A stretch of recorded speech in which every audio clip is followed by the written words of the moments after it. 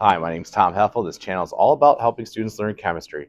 In this video, we're going to be talking about acid strengths and how the acid strength changes as you move left and right and up and down on the periodic table. And there's two groups of acids that we're going to talk about. The first group is going to be binary acids, and then the second group is going to be oxyacids. So I want to start out with just talking about the difference between the two. Okay. If you have a binary acid, it's always going to be like hydrogen with another element, like hydrochloric acid, HBr, HI. These would all be examples of binary acids, but so is something like H2S or H3N. These two would also be considered binary acids. So it's not necessarily the subscripts that we're looking at as far as determining a binary acid, but the actual elements that are involved. And as long as you have hydrogen and just one other element, then you'd have what we call a binary acid, okay? Where oxyacids must contain the element hydrogen. So some examples of that would be like chloric acid, nitric acid. Okay, both of these have oxygen in it. Now we could go more than one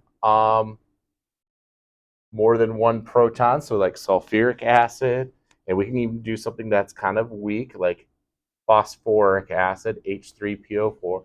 All of these would be considered oxyacids. Typically, it's going to be hydrogen with some type of polyatomic ion, either chlorate, nitrate, sulfate, phosphate, just to name a few that we could come across. Okay, so when it comes to the rules, there are certain rules for binary acids and different rules for the oxyacids. So let's start at the top as far as binary acids. Now, I'm going to call this binary acid something like, we'll call it H bonded to an X. And this X, it can represent any of these negative ions, okay? Now, when it comes to the strength, the way it increases, so if we call this kind of like the acid strength, the rule for binary acids is that it's going to increase going down the periodic table and to the right side of the periodic table. And that's a trend that we typically don't see in chemistry. Typically, our trends are up and to the right or down to the left. This one's going to be down and to the right. Now, each movement has its own reason. Okay, so let's talk about going left to right on the periodic table first. Deals with polarity. Okay, so hydrogen obviously has a fixed electronegativity. Okay, but if we can make that electronegativity difference really great, that makes this bond really, really polar. Okay, and the idea of acid strength is like how easily can we have protonation occur? Okay, or have the hydrogen protonated. Okay, and what that means is when something is protonated, it means we kind of break this bond and we create a donation of a proton. Okay, so if we stretch all of the electrons towards the X or towards the negative ion, okay, that'll be easier to kind of like break that bond, okay, and protonate and pull the proton off of the molecule. Okay, so as we move to the right, okay, the electronegativity increases. We're pulling the electrons away from the hydrogen, okay, and creating this hydrogen positive one ion that's able to be donated, and that is by definition what an acid is, the ability to donate protons. Okay, so that kind of that polarity, or what we call electron drift, pulling away from the hydrogen, is why the acid strength increases moving to the right. Okay, now polarity is not the reason for going up and down the periodic table. It's only left and right. Okay, going up and down has to deal with having weaker bonds. So we need to talk about the bonds of something that's at the top of the periodic table. Like let's talk about the bond that exists between HF versus something that's occurs at the very bottom of the periodic table in the same group, like HI. Okay, well, atom size is sort of in play here. So the hydrogen atom, it has kind of like a fixed kind of like size, okay? But the negative ion can differ widely in size. So if this fluorine atom is really small, okay, well, our bond distance is really small. And if you know anything about bond distance, the shorter it is, typically the stronger the bond, okay? So this is going to have a stronger bond than something like HI. I being at the very bottom of the periodic table, let's kind of overemphasize this, okay? But its bond length is so much longer than HF is. So this bond is actually weaker due to the size of the iodine. So this is going to be a weaker bond. Okay, so if you have a weaker bond, you're able to break that a little bit more easily, and once again, get this proton to come off and be donated. Okay, now with weaker bond also comes this idea of having a stable conjugate base. Okay, so I'm going to write a couple equations for HI and HF. HF is considered a weak acid, okay? So it's going to be in equilibrium if we ionize it this way, okay? HI is a strong acid, so it's going to be a single arrow. So the ionization here is 100%. The ionization here for, let me change that to the right thing, okay, to the fluoride ion. The ionization up here, okay, is going to be like partial, okay? Typically, I would say probably like around a 95-5% split, where this is going to be 0% and this is going to be 100%, okay? So we're going to come back and talk about the stability of these ions, okay? Well, if this reaction only works in this direction, then the conjugate base, the iodide ion, is very, very stable, okay? As a base, this thing will never pick up a proton and make HI because this reaction does not work in the reverse direction. It only pushes to the right, okay? So this is a very stable conjugate base, okay? The reason why it's so stable, because we actually call this a negligible base. Remember, if you have a strong acid, then the conjugate is going to be negligible, meaning it's a terrible base. It does not do a good job of picking up protons and working in the reverse direction. Because it's terrible at doing that, it's fairly non-reactive, okay? And if it's non-reactive, it means it's going to be very, very stable, okay? Where this fluoride ion can work in the reverse direction, so it is less stable, okay, to stay as a fluoride ion. It might pick up a proton and make the HF, okay? So these weaker bonds, okay, make the stability of the conjugate base very, very stable, okay? So that's kind of wraps up our idea of acid strength with binary acids. It increases to the right because of polarity and pulling the electrons off of the hydrogen to create the proton. But going down the periodic table, it's easier to break a weak bond than a strong bond to pull off the proton, okay? So that's binary acids, okay? Well, for oxyacids, okay, we're going to have two different rules, okay? For oxyacids, it's going to break down. The first rule is going to be if we have the same number of oxygens, okay? And rule number two is if we're going to have a different number of oxygens, okay? So I'll give you an example of something that has the same number of oxygens. Let's say we were comparing HClO versus HIO.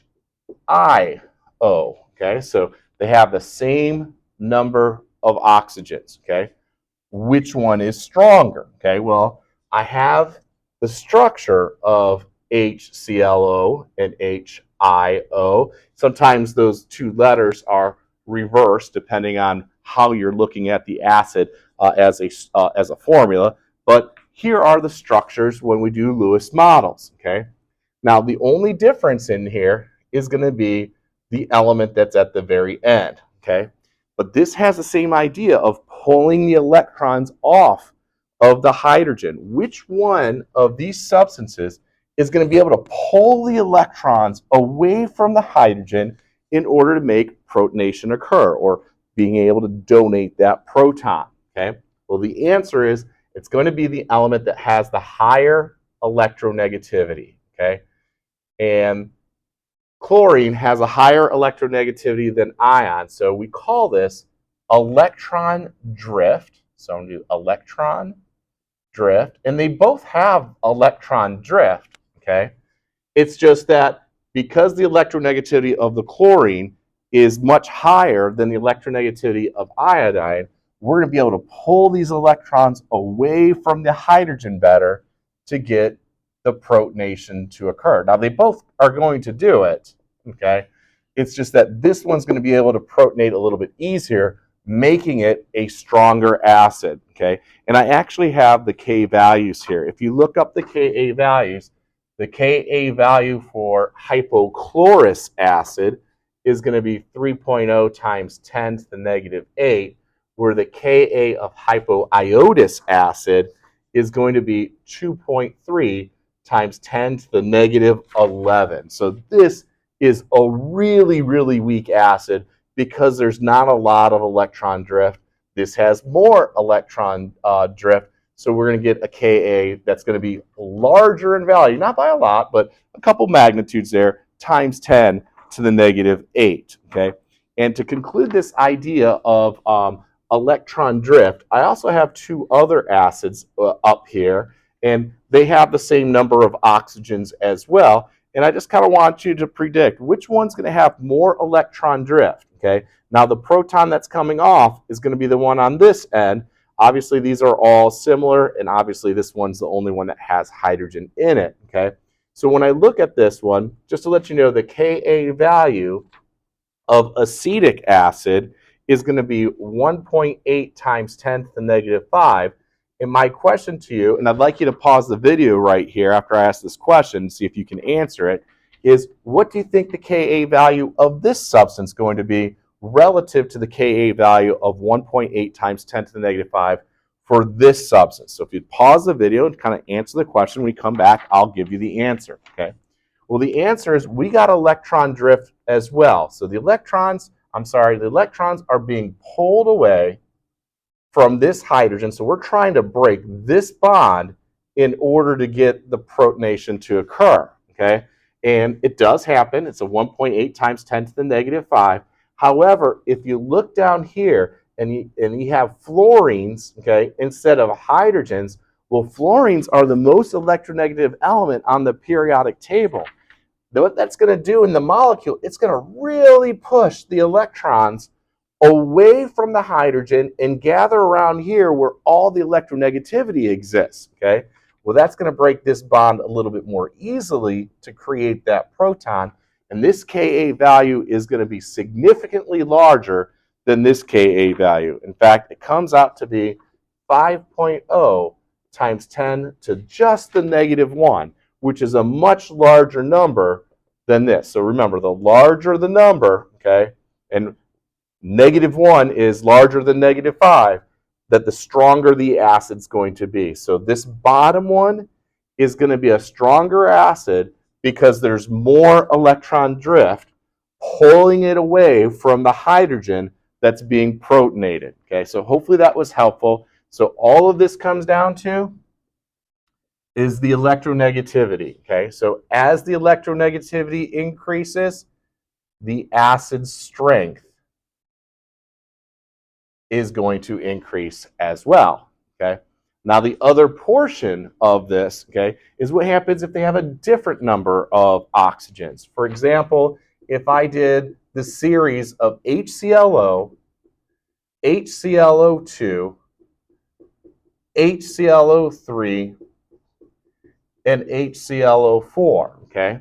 And the answer is here, okay, is as the number of oxygens increase, so as the number of oxygens go up, acid strength is going to go up. And we already know that just by knowing our list of strong acids, because this guy is a strong acid and this guy is a strong acid. Those have been on our list of strong acids in the previous videos, okay, where these are not on the list, okay? So these are weak acids, these are strong acids, and this should be HClO2, just to make sure we're talking about the same thing. So the only thing that's changing is the number of oxygens, okay? And as the number of oxygens increase, the acid strength increases as well. And this too has everything to do with the structure of the molecule. So if we have the hydrogen and then the oxygens, okay, and then the chlorine, right? Obviously, we have some electron drift coming here to break this bond, okay? But as we start to add oxygens on this, okay, as we increase these oxygens that are going to be on this chlorine, so this is like HClO4, okay, you're going to have even more electron drift taking place because all of these oxygens are very electronegative, and that's going to pull electrons away from the hydrogen, okay, making it protonate, which is the idea of of what an acid is, something that donates protons, okay?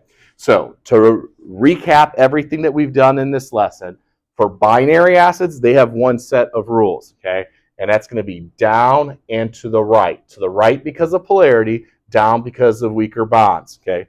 And then the other group is oxyacids, which is also broken down into two categories.